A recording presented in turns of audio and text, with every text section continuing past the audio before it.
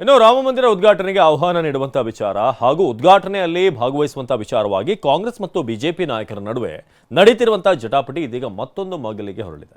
ಹಿಂದೂಗಳಿಗೆ ರಾಮ ಒಬ್ಬನೇ ದೇವರ ಅಂತ ಸಚಿವ ತಿಮ್ಮಾಪುರ ಪ್ರಶ್ನೆ ಮಾಡಿದ್ದಾರೆ.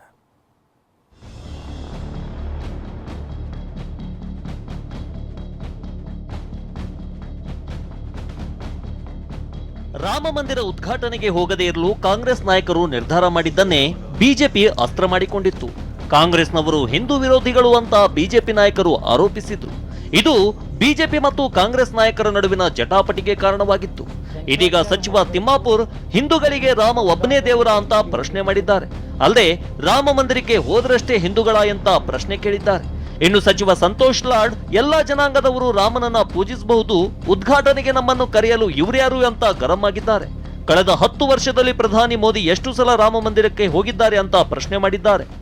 ಹಳ್ಳಿಗಳಾಗ ಪ್ರತಿ ಸಲ ನಾವು ಟೆಂಪಲ್ಗಳು ಕಟ್ತಾನೆ ಇದ್ವಿ. ಅಲ್ಲಿ ಹೋಗಿ ಭಕ್ತಿ ನಮ್ಮ ಭಾವ ಭಕ್ತಿ ಎಲ್ಲಿ ತಲೆ ಹೋಗ್ಬೇಕು. ಇನ್ನು ಇವ್ರು ಹೇಳ್ದಲ್ಲಿ ಹೋಗ್ಬೇಕಾ? ಬಿ ಜೆ ಪಿ ಅವ್ರು ನಮಗೆ ರಾಮ ಮಂದಿರಕ್ಕೆ ಬರ್ಬೇಕಂತ ಅಲ್ಲಿಗೆ ಹೋಗ್ಬೇಕಾ? ಯಾಕೆ ನಮ್ಮ ಊರಾಗ ಯಾವ ದೇವ್ರುಗಳಿಲ್ಲ. ನಮ್ಮ ಊರೆಲ್ಲ ದೇವ್ರುಗಳು ಹೌದಲ್ಲೋ. ಇವ್ರಿಗೆ ಯಾವ ದೇವ್ರುಗಳ ಗತಿ ಕಾಣ್ತಾ ಇಲ್ಲ. ನಮ್ಮ ಹಳ್ಳಿಗಾಡಿನಲ್ಲಿ ಅದೀವಲ್ಲ, ನಾವೆಲ್ಲ ದೇವ್ರುಗಳು ಅದಾವಲ್ಲ. ದುರ್ಗ ಹೋದಾಳು, ದ್ಯಾಮ ಹೋದಾಳು, ಕಾಳ ಹೋದಾಳು, ಕಂಟೆ ಹೋದಾಳು, ಹನುಮಂತೇವ್ರು ಅದಾವ. ಇವ್ರು ಯಾರು ಪೊಲಿಟಿಕಲ್ ಪಾರ್ಟಿಗಳಿಗೆ ಕರೀಲಿಕ್ಕೆ ಅಥವಾ ಜನನ ಕರೀಲಿಕ್ಕೂ ಇವ್ರು ಯಾರು? ಇವ್ರಿಗೆ ಎಲೆಕ್ಷನ್ ಬಂದಿದ್ದು ಕರಿತಾ ಇದ್ದಾರೆ. ಈಗ ರಾಮನ ಭಕ್ತರು ನಾನು ಆಗಿದ್ದು ಭಾಳ ಜನ ರಾಮನ ಭಕ್ತರು ಇದ್ದಾರೆ. ಬರೀ ರಾಮ ಅಷ್ಟೇ ಎಲ್ಲ ದೇವ್ರುಗಳಿದಾರಲ್ಲ. ದುರ್ಗಮ್ಮ, ಮಾರಮ್ಮ, ಗಂಡಿ ಮಾರಮ್ಮ, ಕೌಟಿ ಮಂಕಾಳು, ನೂರಾರು ದೇವ್ರುಗಳಿದಾವೆ. ರಾಮನ್ನ ಇವತ್ತು ಚುನಾವಣೆ ಬಂದಿದೆ ಮತ್ತು ಅದೇ ಸೇಮ್ ಕಳೆದ 40 ವರ್ಷದಿಂದ ಇದನ್ನೇ ಮಾತನಾಡ್ತಿದ್ದೀನಿ. ನಾನು ಮೊನ್ನೆ ಕೂಡ ಪ್ರಶ್ನೆ ಮಾಡಿದೆ, 30 ವರ್ಷದಿಂದ ಇಟ್ಟಂಗಡಿ ತೊಗೊಂಡು ಹೋಗ್ಯಾರ. ಆ ರಾಮನ ಇರ್ತಕ್ಕಂಥ ಭೂಮಿ ಮೇಲೆ ಅಲ್ಲಿ ಅಪಕಾರ ಆಗಿದೆ. ಈಗ ಇನ್ನು ನಿನ್ನೆ ಸಿಎಂ ಸಿದ್ದರಾಮಯ್ಯ ತಾವು ಕೂಡ ಜನವರಿ 22ರ ನಂತರ ಪುರ್ಸೊತ್ತು ನೋಡಿಕೊಂಡು ಅಯೋಧ್ಯೆಗೆ ಹೋಗಿ ಬರ್ತೇನೆ ಅಂತಿದ್ರು. ಈ ಬಗ್ಗೆ ಪ್ರತಿಕ್ರಿಯೆ ನೀಡಿರುವ ಗೃಹ ಸಚಿವ ಪರಮೇಶ್ವರ್, ಹೈಕಮಾಂಡ್ ನಾಯಕರು ಈಗಾಗಲೇ ಕಾರ್ಯಕ್ರಮಕ್ಕೆ ಹೋಗಲ್ಲ ಅಂತ ಸ್ಪಷ್ಟಪಡಿಸಿದ್ದಾರೆ. ಆದ್ರೆ ಜನವರಿ 22ರ ನಂತರ ಏನಾದ್ರೂ ಹೋಗಬೇಕು ಅಂದ್ರೆ ಹೋಗ್ತೀವಿ ಎಂದಿದ್ದಾರೆ. ಶ್ರೀರಾಮನ ಭಕ್ತರು ಕೂಡ ನಾವು ಅದನ್ನು ರಾಜಕೀಯ ಮಾಡಕ್ಕೆ ಕೊಟ್ಟಿದ್ದಾರಲ್ಲ, ಅವರು ರಾಜಕೀಯ ಮಾಡಕ್ಕೆ ಕೊಟ್ಟಿದ್ದಾರೆ. ಇದನ್ನ ಅಯೋಧ್ಯೆಯಲ್ಲಿ ಶ್ರೀರಾಮ ಮಂದಿರ ಕಟ್ಟಿಸಿ ರಾಜಕೀಯ ಮಾಡಕ್ಕೆ ಕೊಟ್ಟಿದ್ದಾರಲ್ಲ. ಈ ರಾಜಕೀಯ ವಿರೋಧ ಮಾಡ್ತೀವಿ ಹೊರತು ಶ್ರೀರಾಮಚಂದ್ರನ ವಿರೋಧ ಮಾಡಲ್ಲ. ನಾನು ನೋಡ್ತೀನಿ, ಇದಾದ್ಮೇಲೆ 22ನೇ ತಾರೀಕು ಆದಮೇಲೆ ಯಾವಾಗ ಪುರುಷ ಸಿಕ್ಕಿದಾಗ ಅಲ್ಲಿ ಹೋಗಿ ನೋಡ್ಕೊಬರ್ತೀನಿ ಅಯೋಧ್ಯೆಯಲ್ಲಿ. ಹೈಕಮಾಂಡ್ನವ್ರಿಗಾಗಲೇ ಸ್ಪಷ್ಟಪಡಿಸಿದ್ದಾರೆ, ನಾವು ಆ ಕಾರ್ಯಕ್ರಮಕ್ಕೆ ಹೋಗೋದಿಲ್ಲ ಅಂತ ಹೇಳಿ ಸ್ಪಷ್ಟಪಡಿಸಿದ್ದಾರೆ. ಒಂದು ವೇಳೆ ಅವರು ಆನಂತರ ಏನಾದರೂ ಹೋಗಬೇಕು ಅಥವಾ ಹೋಗ್ತೀವಿ ಅನ್ನೋದೇನಾದರೂ ತೀರ್ಮಾನ ಮಾಡಿದರೆ ಹೋಗ್ತೀವಿ. ಇದೆಲ್ಲವೂ ನಮ್ಮ ಹೈಕಮಾಂಡಿನ ನಿರ್ಧಾರಕ್ಕೆ ಬಿಟ್ಟಿರ್ತಕ್ಕಂಥದ್ದು. ಇತ್ತ ಸಿದ್ದರಾಮಯ್ಯ ನಿರ್ಧಾರದ ಬಗ್ಗೆ ಮಾತನಾಡಿದ ಬಿಜೆಪಿ ಹಿರಿಯ ನಾಯಕರು ಸ್ವಾಗತ ಮಾಡುತ್ತಾ ಈ ಟೈಮ್ನಲ್ಲಿ ಹೋದ್ರೆ ಒಳ್ಳೆಯದು ಅಂತ ಸಲಹೆ ನೀಡಿದ್ದಾರೆ. ಆದ್ರೆ ಪ್ರತಾಪ್ ಸಿಂಹ ಮಾತ್ರ ಕಾಂಗ್ರೆಸ್ ಪಾಪ ತೊಳೆದುಕೊಳ್ಳಲು ಸಿದ್ದರಾಮಯ್ಯ ಮತ್ತು ಅವರ ಶಿಷ್ಯರು ಅಯೋಧ್ಯೆಗೆ ಹೋಗಿ ಬರಲಿ ಅಂತ ಕುಟುಕಿದ್ದಾರೆ. ಈಗಲಾದರೂ ತಾವು ಇದರ ಬಗ್ಗೆ ಚಿಂತೆ ಮಾಡಿದ್ದೇನೆ, ನಾವು ಆಮೇಲೆ ಹೋಗ್ತೀವಿ ಅಂತ ಹೇಳಿದ್ದಾರೆ. ಆದರೆ ಈ ಸಂದರ್ಭದಲ್ಲಿ ಹೋಗಿ ಬಂದರೆ ಒಳ್ಳೇದು, ಅನುಕೂಲ ಆಗುತ್ತೆ. ಆದರೆ ಅವ್ರಿಗೆ ಬಿಟ್ಟಂಥದ್ದು. ರಾಮರಾಜ್ಯ ಆಗಬೇಕಂತ ಮಹಾತ್ಮ ಗಾಂಧೀಜಿಯವರು ಕನಸು ಕಂಡಿದ್ರು. ಈ ಲೆಕ್ಕದಲ್ಲಿ ಸಿದ್ದರಾಮಯ್ಯನವರು ಕೂಡ ರಾಮನ ಭಕ್ತರೇ.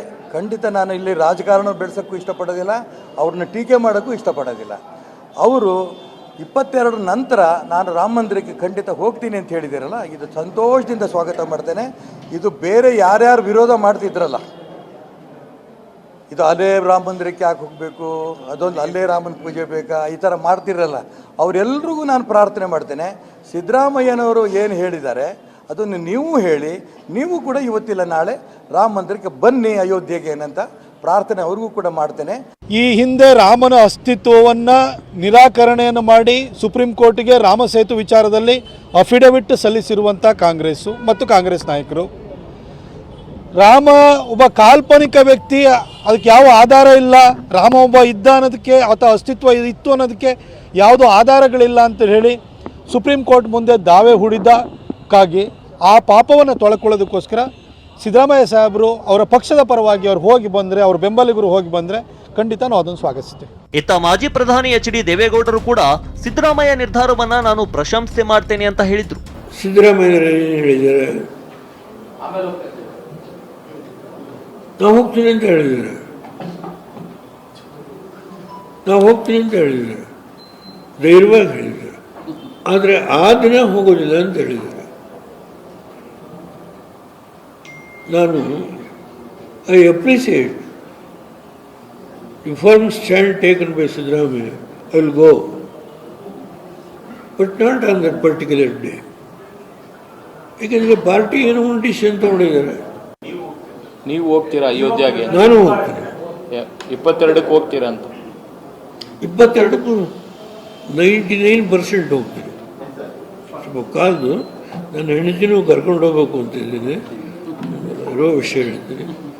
99%. ಸದ್ಯ ಬಿಜೆಪಿ ಹಾಗೂ ಕಾಂಗ್ರೆಸ್ ನಡುವೆ ಭುಗಿಲೆದ್ದಿರುವ ರಾಮ ರಾಜಕೀಯ ನಿಲ್ಲುವ ಲಕ್ಷಣಗಳು ಕಾಣಿಸ್ತಿಲ್ಲ.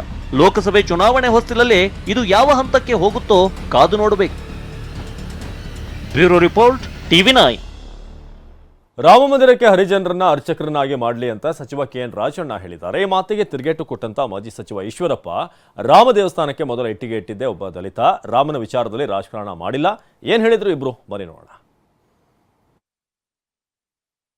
ನಾನು ಅದಕ್ಕೆ ಹೇಳ್ತೀನಲ್ಲ, ಮೊದಲನೇ ಇಟ್ಟಿಗೆ ಪ್ರಭು ಶ್ರೀರಾಮಚಂದ್ರನ ಮಂದಿರದ ಕಟ್ಟಡಕ್ಕೆ ಮೊದಲನೇ ಇಟ್ಟಿಗೆ ಇಟ್ಟಿದ್ದೇನೆ ಒಬ್ಬ ದಲಿತ. ಅವನ ಹೆಸರು ನಂಗೆ ಬರ್ತಿದೆ, ನಿಮ್ಗೆ ಯಾರಿಗಾರು ನೆನಪಿರ್ಬೋದು. ಮೊದಲನೇ ಇಟ್ಟಿಗೆ ಇಟ್ಟಿದ್ದೆ ದಲಿತ ಅಂತ ಅವ್ನು ಕರೆಯಲ್ಲ ನಾನು ಅವ್ರನ್ನೂ ಕೂಡ ಪೂಜ್ಯ ಭಾವನೆಯಿಂದ, ಆತನೂ ಕೂಡ ಒಬ್ಬ ಹಿಂದೂನೇ, ಅವ್ರ ಮೈಯಲ್ಲಿ ಹರಿತಾ ಇರೋ ರಕ್ತನೂ ಕೂಡ ಹಿಂದೂ ರಕ್ತವೇ.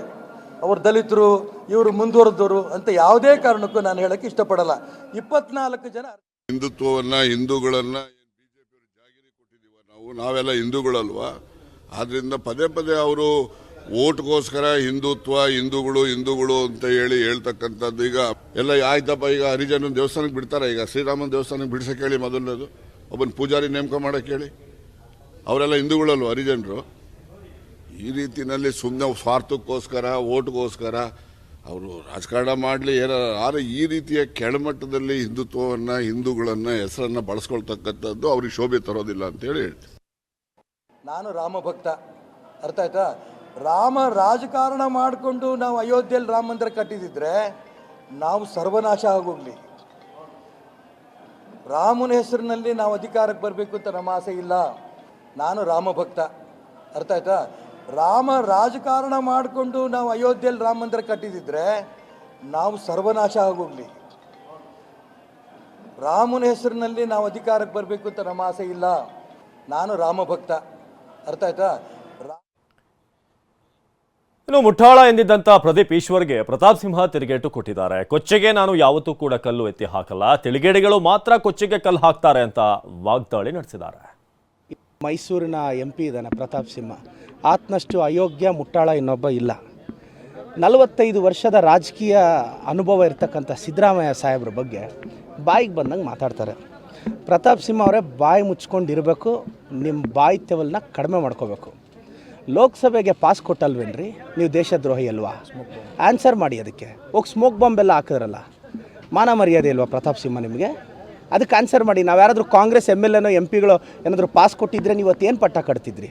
ಸಿದ್ದರಾಮಯ್ಯ ಸಾಹೇಬ್ರ ಬಗ್ಗೆ ಮಾತಾಡ್ತೀರಾ.